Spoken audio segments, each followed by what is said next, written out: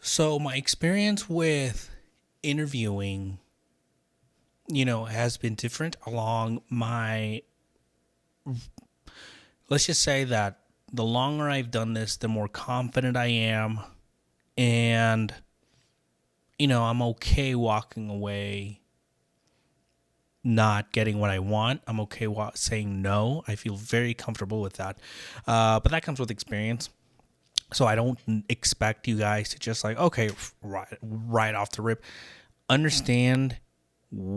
Think about it like if you're playing a game and you're leveling up.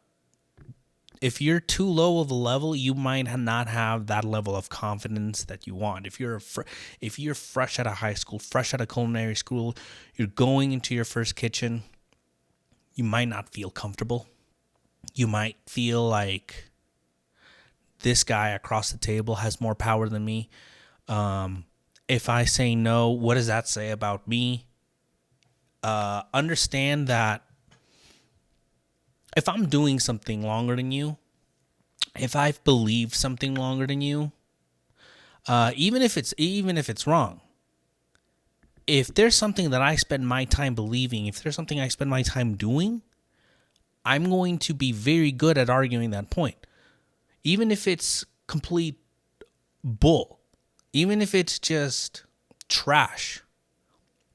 I know people that just cycle through their own biases, but because they just close themselves off to that, they're very good at arguing that until someone comes, challenges them, and then it's like, okay. Then all of a sudden, Parkinson's hits them. All right. So with that being said, look, these are just I think these are great interview. I think these are interview questions that'll help you turn the tables when you go into an interview. Even if a chef is watching this and then later he interviews someone and he's like, oh, I know where he got that. It doesn't matter. It doesn't make them less effective. They're great questions. And even if you don't feel that you have the courage to do it now, hold on to them. Okay? Because at some point, you're going to have the courage to go ahead and ask the question. At some point, you're going to have the courage to just go ask them and then feel that, you know what? This is not the right fit for me. Thank you for your time, chef. Have a great day. It's fine, Understand that going into an interview, it's not just them interviewing you. You are interviewing them. It's a two-way street. If you're going to be there for a long time, why would you go into a spot, into any restaurant, where you feel like there's this big shadow lurking over you? Like, oh, you know what? I got into the best restaurant in my town, but oh my God, when I go into work, you don't want to upset chef. Like, is that really what you want? Is it worth dating a 10 if it's just going to be a problem every time you're with them? Is it worth dating someone who just is like, that is the ideal partner I want? So therefore, I'm going to put up with all their toxic behavior. They're going to walk all over me because at the end of the day, I'm with that person. It's wrong. You wouldn't do that in a relationship. No relationship that lasts long is going to work like that at all. A little background with me. I already said it's changed throughout the years. The first kitchen I ever went to where I met my mentor, it was just really quick. I remember I had just gotten off of work at the gas station, and my sister-in-law drove me to his restaurant. He was looking for a cook. Experience didn't matter. And the only thing I knew about chef was the name Gordon Ramsay. That was it. I didn't know who Gordon Ramsay was. If he would have walked into the room, I wouldn't have identified him. If you would have told me what's his personality, I wouldn't know. I wouldn't know if he was a yelling chef, a kind chef. I don't know. So, I go, I meet him, and I'm like, listen, I have no experience, but I'm willing to learn, and I can start. I got to give my work a 2-week notice. So how about we start 2 weeks from now? It's going to be Wednesday. It's funny because I think I can almost remember. It must have been like the second week of July. Yeah, it's really interesting. I remember it just because of how life changing it was. It's not life changing, like, say, like when you get married or when you have kids, because you're already expecting that. But this just kind of landed on me, and everything was just happening so fast that when I look back at a month, I'm like, man, mid July of 2015, my life changed forever. My life took a course, you know? It was one of many directions that I just hadn't been expecting. So that was my first interview.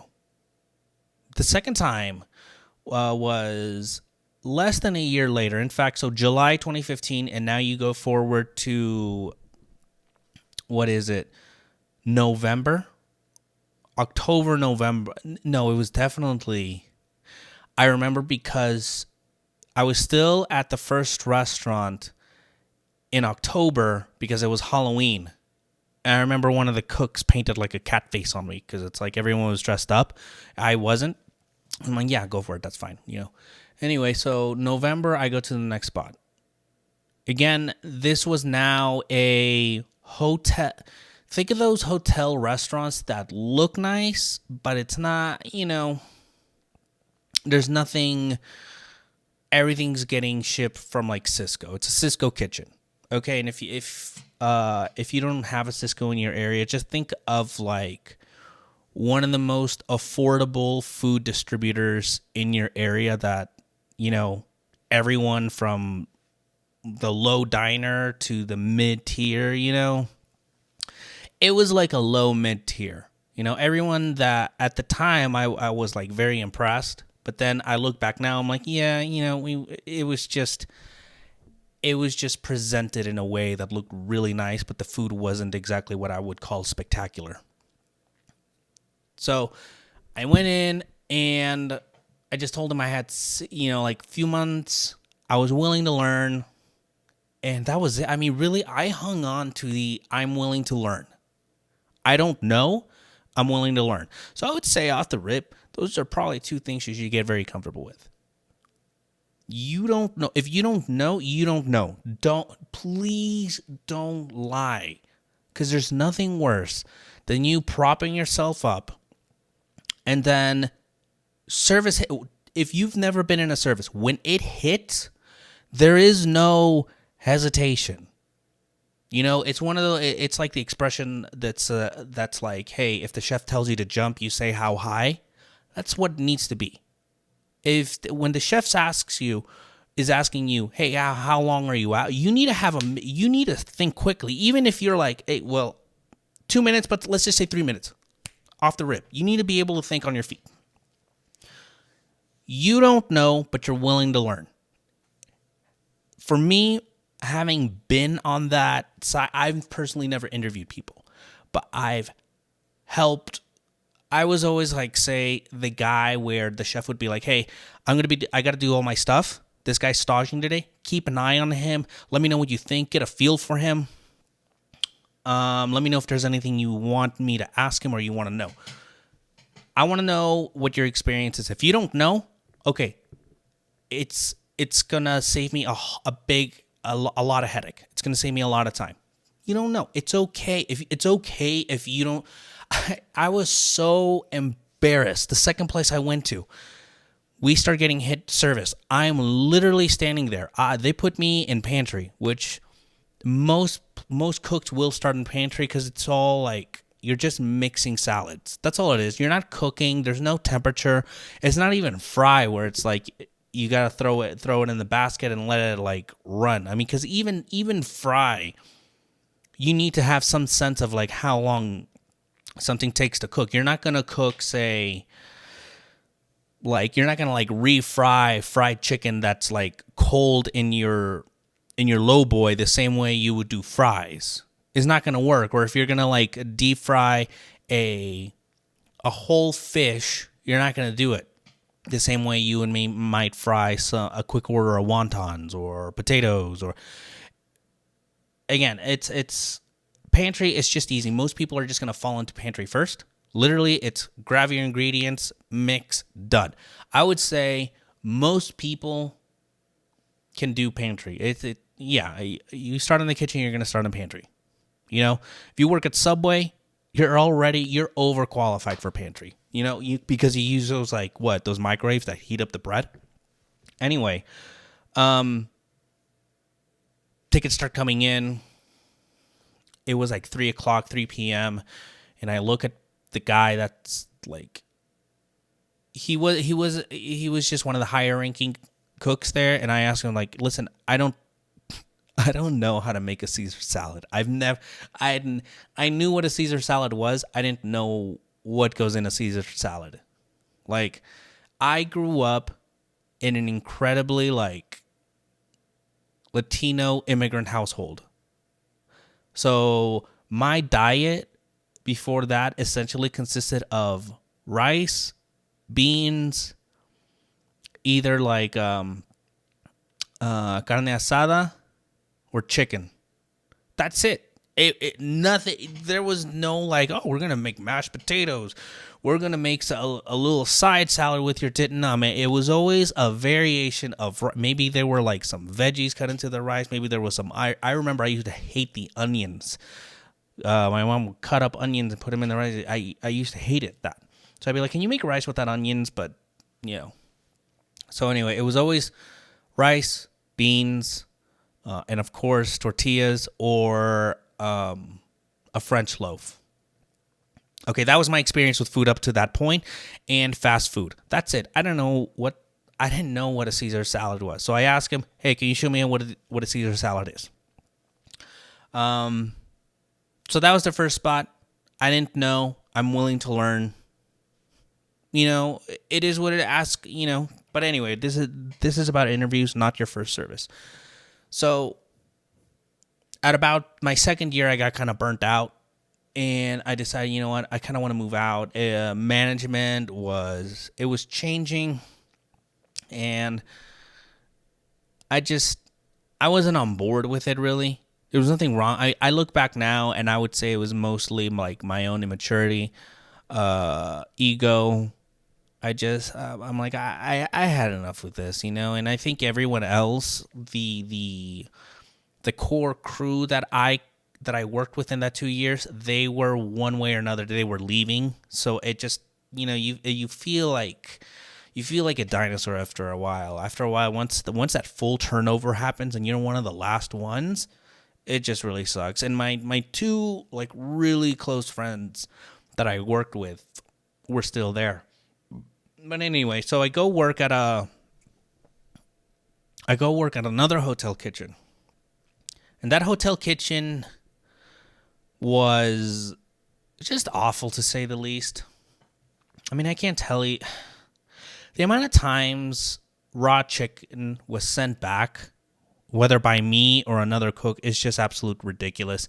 The amount of times I saw the chef just act unprofessionally, throwing things at manager. It was like a playhouse. The chef had moved there for family reasons, to help out his family, and he had shown me, there was a point where once I started to move, when I wanted to leave there for my first high-end kitchen, he kind of pulled me aside. He's like, look, you don't have to go. I can show you. I think he was doing all that because, again, no one was really applying at the spot. No one wanted to work there. I asked friends to come, but it's like no one really wanted to work there.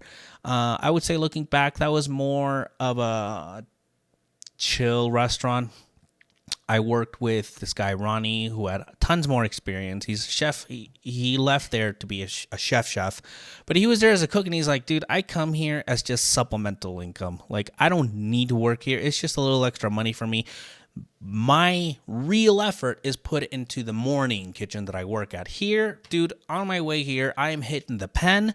I put on music, and it's true, we would blast music there all the time. It was like, whatever, man. Like, not a big deal. The biggest thing that would happen is it would get really busy. That's it. But it wasn't like a complex kitchen. Anyway, during that interview, same thing. I'm willing to learn. And he asked us, like, have you worked? What have you worked? I've only worked, at that point, pantry, and I'd learned how to work the grill. At that point, my biggest my biggest excitement was that I was able to cook 17, 17 steaks at the same time, each at varying temperature. That was it. That was the height of my like, hell yeah, I am a great cook, you know? But hey, don't sell yourself short. Anything that you learn that more than yesterday is always a dub. I worded that poorly, but I think you guys know what I mean. As long as you're moving forward with your progress, it doesn't matter, man. Anyway, so now let's get into I'm giving you the first few ones because again, that's me. Like a lot of you guys aren't gonna have the confidence to do these things, and that's okay. I have to take account of that. I have to take into account that I can sit here and give you the advice. It doesn't mean you're ready to execute on it. You know, how many of us have been like in situations where it's like you look at yourself in the mirror, I'm like, man, I need to go to the gym. But did you really go and sign up that day? No, you didn't. I didn't. And then one day, 2 months, but eventually you get that breaking point. You're like, man, what do I got to learn? I mean, what do I have to lose? So let's start with some questions. Okay. So again, when you go into the interview, so for super noobs, understand you don't know anything or whatever it is, whatever experience is, hold on to that, value that. It's experience. Experience is experience. And then you're willing to learn. Okay. Now say you feel a little more confident, you're ready to go into a new spot, you're ready to go, and you're like, you know what? Throw it at me. Throw it at me, Sway. What am I needing to ask? Okay.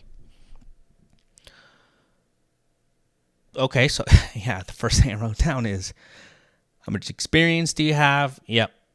They're going to ask you about your reliable transportation. That's okay. That's whatever. That's them asking you. And then what are you looking to start at? That's them asking you. You can go, there's some sites that will tell you what the average pay is for your place. That is complete, it just depends. As you grow more, as you get more experience, I go into a place tomorrow, I know what I'm asking for. And then I'm willing to maybe negotiate down, but there's a point where I'm like, I don't think so. There's a wiggle room, right? There's the minimum I'm willing to do, and then there's the max I'm willing. Like there's, I always shoot like, this is what I want. They're not going to give you that, but they might take a few bucks off. Some places will say, sorry, but we start at this very low, and it's up to you. Again, I would say the more desperate you are, the more irrelevant these questions are going to be. Simply because the more, like, if you're in a spot where you need a job, just get the job. Get a job. Do what you need to do. I'm not saying lie, but just do what you need to do to get into that kitchen. Survive. That's the best advice I could say is survive, and then go, hopefully you can find something that you feel more comfortable in. Now, questions that you should be asking. Something that I always want to know is what's something that, say, the last employee or whoever I'm replacing, what did they lack, or what do you expect me to bring to the table? Now, that could be that I've had answers like, well, we need someone that works well with the team. We need someone that isn't a me person, someone that's going to jump in and help. A lot of things, working well under pressure. Working well under pressure, that's a kind of a hard one. It essentially means, man, are you going to freak out? Like, if your tickets are getting slammed and I ask you a question, are you just going to zone me out and be like, oh, I'm busy right now? That's not working well under pressure. You suck. Sorry to say it. Maybe someone didn't say it before, but you suck, dude. You got to work on that. Relax. Okay, did no one ever tell you that service always ends? Because if no one has, but I'll tell you, service always ends. It's okay. You're going to be fine, dude. You're going to be fine. So it usually tends to revolve around that teamwork, working well under pressure. The second guy the third chef, fourth chef I interviewed, he asked me, are you a hard worker? I don't want a guy that's just gonna like not do anything, which I think is a weird question, because honestly, like, who's gonna really go and be like, bro, I'm just not looking to work like that. I'm kind of just looking to coast. I'm kind of looking for a job where I can just chill. I don't know one play. Dude, sometimes interviewers, ask the. I'm sorry, chefs, but it's like sometimes you guys ask the dumbest question. Like, who is going to tell you? Nah, man, I'm not here to do my best. Why did I do an accent? That's really insulting to people that have accents. A big important one, and this one takes a lot of courage to ask, is what's your kitchen culture like? And that's your opportunity to discuss your do's and don'ts. At the last place that I worked at, after being fired, I went in and I'm like, so what's the kitchen culture like? What is it like? Because and this is where I did my don'ts, I'm not going to work in a kitchen where it's going to be yelling. I'm not going to work in a kitchen where if I'm messing up, if I'm making a mistake, everyone's just going to stare at me and no one's going to correct me. I have worked in a spot where literally I kept making mistakes day in and day out, and it wasn't until a month of me making mistakes that I got pulled aside, and then this laundry list of things that I messed up. And the thing is, a lot of those things were what I would call like, you ever do something and just you completely forget about it, and maybe you did do it, maybe you did, like you genuinely don't know. And this chef, Danny, was like, I'd be like, dude, I don't remember doing that. And it pissed him off because like in his brain, oh, so you're lying to me. You're a liar?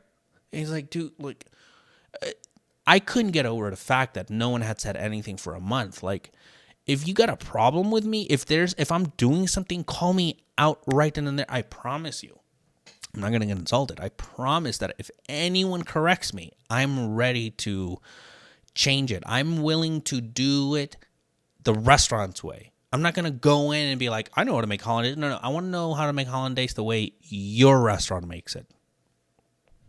So everyone's culture is very different. I need to know that this culture is not going to be, if you don't care about that, if you're like, dude, I don't care, yell at me, scream, I dig for that. That sounds like some like first 2-year kind of cook. That's like some noob stuff. Like you've spent more time watching kitchen content than you have actually in a kitchen. If that's what you're into, that's cool. That was what I was into for maybe like 5 months. But anyway, actually, much longer than 5 months. I think that fine dining place broke me. I think that,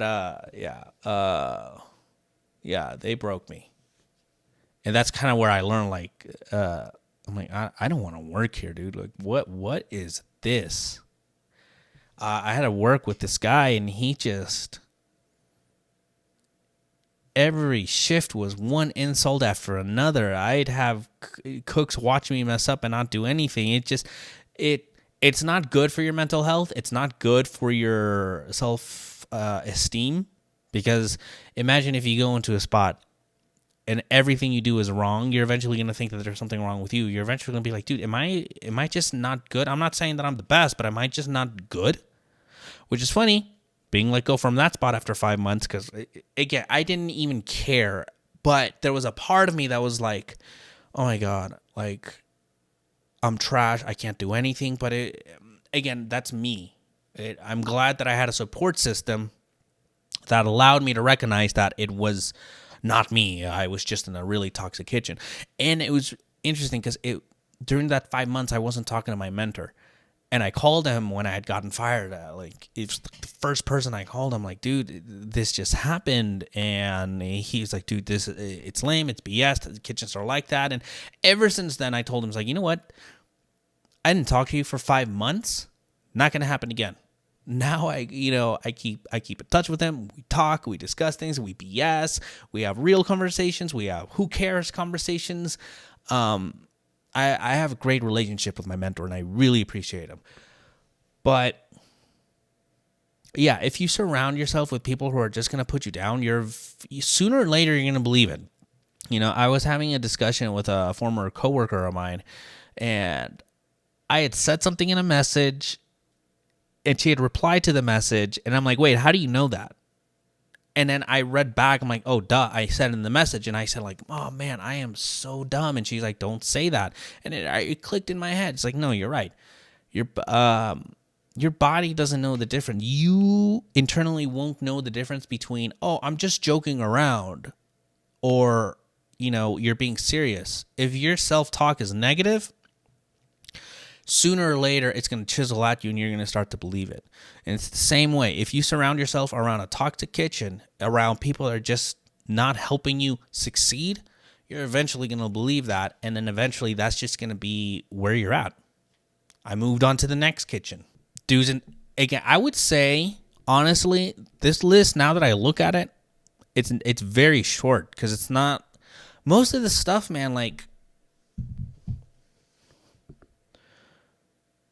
most interviews are really, like I said, do you have reliable transportation?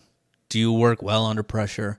There's not much I can tell you about that. I would just say don't lie. If you really, really, really, really need, you're stopped for cash and you need a job for whatever, then, you got to say what you got to say to work. Listen, I will work weekends. I will do this. If they ask you about weekends, stuff like that, be honest. Okay, this isn't 1996 where I'm sure they expected you to be available 7 days a week. We need you guaranteed Thursday, Friday, Saturday, Sunday. Like, okay, you realize, you guys haven't thought about this. You realize there's an AM crew that gets there in the morning. You realize that, there's so many places that'll work with your schedule. Be honest about that. If you genuinely, you want to have a Monday through Friday job. I had the next place that I went after that. It was crazy. I was legit working Monday through Friday. That was the schedule they had for me. 3 p.m. to close Monday through Friday. It was wild that they would do that. I didn't work a Saturday for like a full year. Until things started to change around. They're like, hey, can we move you around? I'm like, yeah, it's not a problem. That's fine. And I remember how excited I was to work my first Saturday. It was my first Saturday in a long time. Don't get stuck on this like, so the new cook wants to work weekend. Wants his weekends off. Don't hire him. Get out of here, man. Like, I don't know why the restaurant industry likes to like set itself aside. Like, no. We're not a regular job. We're a not cool job. Anyway, if you can't work Saturday, Sunday, say it. If you can't, sometimes I can't. I cannot. I'll be upfront. Listen, I cannot work Saturday, Sunday, and Monday. Can you work with me? No? Cool. Thank you, chef. Thank you for your time. Go on to the next spot. And yeah, with your experience, just be honest about it. Now, you get hired. What do you do once you're hired? Don't stop looking for work. I learned that from a chef. I worked with him when he was a line cook. And then he left there because they wouldn't promote him. The kitchen I was at was more concerned. It was almost like image, like no. Our cooks are like, it was like a combination of like, we're family here, but we work hard and we play hard. And he was just more. He had more personality, dude. He wasn't trying to be an NPC, man. He was talking to servers. He's like chilling. We loved him. But you could tell when the exec chef came in, he didn't like. You don't have to lie, dude.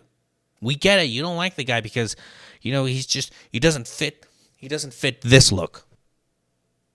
Yeah, he doesn't fit that look. He left, and now he's a chef. But you know what? What I learned from him is just because you get hired in a spot, as much as you love that spot, as much as you want to, I want to stay here, it's great. Dude, if this is the kind of spot that you're going to be in the next 4 years, that's cool. Keep looking for new spots. At the very least, know what's out there. No, if I can't go, if you can't tell me, hey, do you know of anyone that's hiring around town? If you can't name that dude, you got to do your due diligence. Craigslist, Indeed, look around once a week.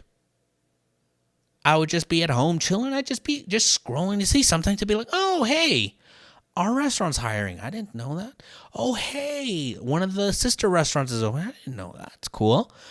I'd see these other places. I'd see what they're paying. It gives you a really good idea of what's out there, and it gives you a lay of the land. No one's going to do that for you. Every place is going to, it goes back to my earlier thing. When you're stuck in one world, you learn how to argue that point very well. You learn how to argue that environment really well. Don't get distracted by the glitz and glamour of the things. First off, the look of all that, it's for the customers. It's not for you. Second, I want to say the people that make the restaurant, the people that make you this, I love it, is not it's not the owner. It's not his two managers. It's not the executive shit. It's not them. Look, if you're in a very small spot and you're literally working next to the owner, I take it back, wrong. But if you're working in a pretty big spot that, like, you don't know who the owner is, I've worked in several places where I didn't know who the owner was, or the owner would come in, hey, what? They can be friendly, they could be cool. Again, they're not the ones that made the place, like, they got the property. They fire people when it doesn't, suit their needs. But ultimately, it's the people you're sharing the line with. It's the staff. It's the servers. How many times, man, I've gone into service, I'm so pumped because I look at the schedule. I'll look at back of house schedule. I'm like, that's homework. Like, oh, okay, it's going to be a good night. And it's like, oh, man, I got to work with this guy. And then I'll go upstairs, I'll clock in, and I'll look at the servers for that night. I'm like, oh, yes. Okay, right on, dude. Like, it's going to be someone really cool that's going to be food running. So it's like at least when they're not food running and they're chilling on the line, the best food runners are the ones that's like, oh, they'll clean up, they'll help. If they see like, oh, hey, you know what? You're running out of plates. Here, let me go grab you some more plates. Oh, man, initiative in a food runner is chef's kiss, is everything. Understand that it's them that make the environment. But above all else, also remember that you gotta look out for your own progress. There could be an argument that staying in one place shows loyalty. Staying in one place, one company for a long time is good. It's consistent. It's great. Hey, it's a career. You go, you do your job, you go home, pay your rent, pay your bills, and you're happy. That's fine. For a long time, for me, I wanted to learn more. I wanted to expand my culinary, like what I knew. I wanted to be good at the craft.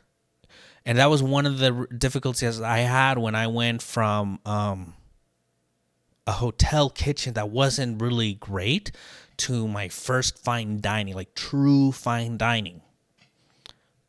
As much as the chef wanted to, he's just selling me a dream of like, I can help you and all that. First off, when are you going to have time to help me or teach me when literally he'd open, right? And this isn't, I'm not knocking him. He did his hours, but it's like when I came in, it was when he was leaving. Not once did I ever work. One time I worked with him on the line.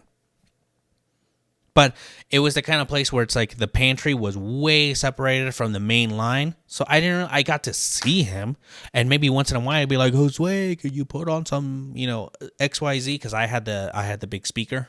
But yeah, I wanted to keep learning. I wanted to just expand. And early on in your career, it's very important. It might seem a little suspicious where, so why were you in this spot for 5 months? So how come? I would say, look, don't restaurant hop so much like every 3 months type of thing. But I would say, listen, once you get the feel of separate yourself from the team that you work with, that you love being around, but actually look at the craft itself. Have you learned most of the stations? Have you learned? There's always going to be something to learn. So you can kind of get caught in that kind of loop. But, do you know more or less the menu? Do you know more or less the recipe book? Do you know the stations more or less? I got to a point where it's like you could literally just be like, you're on that station. Done. I already rocked it. It's 5 p.m., but I'm telling you right now, I'm going to rock it. I already know it. It's time to move on to a new spot. You're going to get bored, especially if you care about what you do. If it's like I said, cooking, I've said it before, restaurant industry is it's like a transit type of place. I mean, I've worked next to students who cook and then they move on to their chosen career path. I've worked with people that cook and then they end up doing something else. And then there's those few where it's like this is really what I'm doing forever. This is really what I want to do forever. I'm one of those people, like, I cannot imagine doing anything else. Even if I had to work, like, I worked in fine dining. To me, my happy medium is casual fine dining. It's fine dining enough that you can be creative, you can do fun things, you're in touch with local farmers and local distributors, and it's very, very cool, but it's not so uptight that it's so pretentious that it's, like, if someone comes in, they're like, thanks for the meal, guys, it's don't look up. You don't want that. I don't want that. If you're cool with that, it's cool. Different strokes, different folks. Anyway, it's really funny. I come up with these ideas like, hey, let me do an interview video, help you guys out for your first interview. I read these back and then it's almost underwhelming because I feel, again, sometimes I say things where I'm like, how is this not common knowledge? But then I'll get like a comment where it's like, dude, thank you so much for saying that. I didn't know that. A majority of this, like I said, is just based on confidence. It's being able to, can you walk into your next job interview ready and willing to walk out from it? Like, if you're just going to go there and just pander to a kitchen, if you're just going to go there and just, lube up the chef and just grease up his ego, why are you, like, that's what's wrong with the industry, man. The chefs need to be held accountable. Okay? And understand that there are chefs out there where they don't care. I've had conversations in private with friends and cooks and chefs where it's like, some of these chefs legitimately only care about three things, couple things. They care about their white coat. They care about their status. That you could tie that into the money. Like, there are chefs that will legitimately, like a Chef David will never give a flying fuck about what I have to say, about what other cooks, because he only is beholden to one person, and that's the owner. As long as the owner's happy, his chef coat is pressed and white, and he's making the money. I've seen instances where, the best chefs that I've had, a Chef Paul, a Chef Eric, a Chef Matt. These are three core chefs that I'm always going to revert back to when I think of like what a great chef is. And say, for instance, I've been in situations where we've had a problematic employee. Their instinct is not immediately like, well, gotta go fire that guy. Theirs is like, am I doing something? Did I not communicate? Am I being too much of a jerk? Did I give too much pushback? Chef Paul would always come up to me behind after service and be like, listen, if I yelled at you, I'm sorry. If I ever cross the line, I need you to let me know. Yeah, we've had cooks that it's like I have had chefs that their first instinct isn't gotta fire that person. I've had other chefs and some exec chefs where it's like, oh, he's causing a problem. There's a little hiccup. Fire him.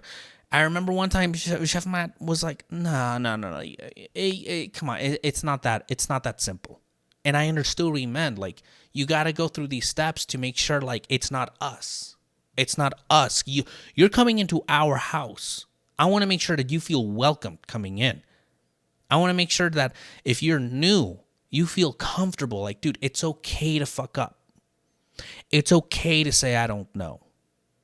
But if you, the interviewer, the interviewee, is coming into the interview and you're just ready to like, chef, I saw the menu is so brilliant. I will work weekend for you. I will work 24/7. If you need me, no days up. Come on, man. Like, what? How are you helping the culture move forward into a better position that benefits everyone as a whole? Anyways, so listen, you guys got to empower yourselves. I can't do that for you. Write down these things. Look, I'm gonna cliff notes it for you in case, because I talked a lot. Interviewer questions that you should probably be prepared to answer is, how much experience do you have? Be honest. Do you have reliable transportation? Look, bus, train, be realistic. If you depend on the bus, might want to do an AM shift. If there's a mid shift, even better. Depends what kind of city. I've lived in cities where the public transportation was awful. 9 p.m. last bus, what is that? First, it's just ridiculous. How much are you looking to start? Again, look up Craigslist, get a feel for it. I would say figure out what you did at your last job, regardless of whatever your experience is, whatever the field is. Give yourself $1 bump, right? Once you give yourself $1 bump, maybe add an extra $1. So let's say it's like, hey, man, I started out at 13 an hour. So say 14, 15, 16. Ask for 16, right? They might give you 15. They might go down to 14. But at least you're making more. As long as you're making more than your last place, I think you're winning. Again, it's a long life. You don't have to stay there. This could just be like the next place you're going to be interviewing for could just be a little stepping stone for maybe you live in a new town, right? You just moved to a new town. You don't know anyone. You don't have the connections you did. Okay, cool. So you go, you apply at the first spot that'll take you. You make friends there, and then you can start, once you're settled in, then you can start looking at the spots that, make you feel comfortable. More of your style, you could say. So yeah, that's your schedule. Dude, don't be afraid. If you want Saturday and Sundays off, say it. I cannot work Saturday and Sunday. And it's none of their business as why I can't work Saturday and Sunday. If they press you on that, thank you for your time, chef. Have a great day. There's other kitchens that'll take you. Important question. Okay, so what you should be asking as the interviewee, what's something the last employee, again, if you're applying for a lead even, hey, what's something that the last line cook, the last pantry cook, the last dishwasher, what's something they, like, you would like me to bring additionally to the table that maybe they lacked, and you might get it. Hey, you know what? Our last guy was awesome. He was fantastic. I can't say anything negative about him, but sometimes you might get some input. Hey, you know what? The last guy was kind of lazy. The last guy really didn't pay attention to detail. The last guy didn't really clean up as he worked. Those are great things to know. And it kind of gives you a more realistic, like, okay, so when I go in, at least you have a start. At least you'll know that, like, if you clean up as you go, you're already doing better than the last guy. Super important. What's the kitchen culture environment like? And that's a great segue into your do's and don'ts. I'm not going to be putting up with a yelling chef. I'm not going to be putting up with guys that don't help each other. If there's not a solid team, they might lie to you. They might say, like, oh no, we have a fucking great team, blah, blah, blah, blah. Pay attention when you go in for your stage. Make yourself be quiet. If you're talking, you're not learning. And it's not just about the menu I'm talking about. I'm talking about everything. Is the chef just standing off to the side while the service is getting slammed and he's there drinking wine, talking to a vendor? Like, what is that, Is the chef calling out tickets, sees that one station is slammed, and he'll stop, call the front of house manager and say, hey, I need you to at least call out tickets, watch the line, I need to jump in and, bail this guy out? That might be worth staying. That's really awesome. The kitchen will do that. I've been to those kitchens. Shout out Chef Eric. And, of course, once you're hired, don't stop looking around. It does not mean that you're going to leave. It just means that you're maintain. Look, what if, like, can you imagine you're in a spot, you love the spot, you love working there, and then you come to find out that you work at the lowest paying kitchen in the whole area? Like, it might make you feel a type of way. You might say, but my friends work. Okay, well, you know what? You gotta listen. I love that you like your friends that you work with. Follow them on Instagram. You'd follow their Twitter. I don't care, man. Get their number and go out with them on a, employee night. That's what I do. I play video games. I get on Discord and I play with my friends. It's a company. In many instances, they'll fire you without even thinking twice about it. The moment you some places, like one little hiccup, one little criticism, peace out, bye. Have a great day, and feel free to use us as a recommendation if you want. Okay? Look out for yourself, man. Just know what's around. That's it. It's just information. There's nothing wrong with a little information. And yeah, I mean, that all sounds really simple to me, but I would say the difficult part is gaining that courage. If you come off the rip with the courage, fantastic. Don't be arrogant. Don't be arrogant. That we can tell when you're being arrogant. Just be honest, be humble, be chill. Anyways, guys, yeah, good luck on your next interview. If you feel I missed something, or you feel like, hey, you know what, could you speak a little more on that? I got you guys. Have a great service.